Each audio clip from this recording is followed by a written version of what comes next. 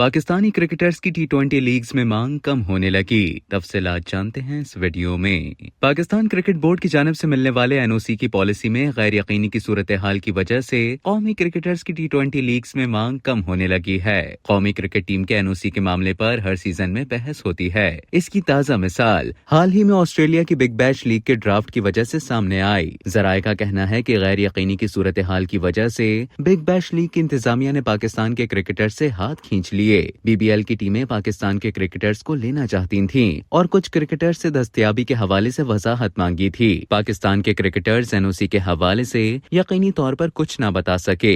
BBL की टीमें मुकम्मल इवेंट या मैचेस की तादाद के हवाले से क्लैरिटी चाहती थी। पाकिस्तान के सिर्फ उसामा मीर ही मुंतखब हो सके, जबकि हारिस रऊफ, शादाब खान, नसीम शाह, जमान खान और फखर जमान जैसे क्रिकेटर समेत 69 क्रिकेटर्स की नामजदगियां हुई थी। हारिस रऊफ से भी दो टीमों ने राब्ता किया था, उन्हें क्लैरिटी न मिल सकी। हालांकि वो 2 लीग्स खेल चुके थे। टीम में शामिल न होने की सूरत में वो तीसरी लीग के लिए खुसूसी इजाजत चाहते थे। हारिस रऊफ को बांग्लादेश के खिलाफ सीरीज के लिए जेर गौर न लाया गया, जबकि इंग्लैंड के खिलाफ सीरीज के लिए भी कोई क्लैरिटी नहीं कि वो प्लान में शामिल हैं या नहीं। हारिस रऊफ व्हाइट बॉल के साथ रेड बॉल क्रिकेट खेलने के ख्वाहिशमंद हैं।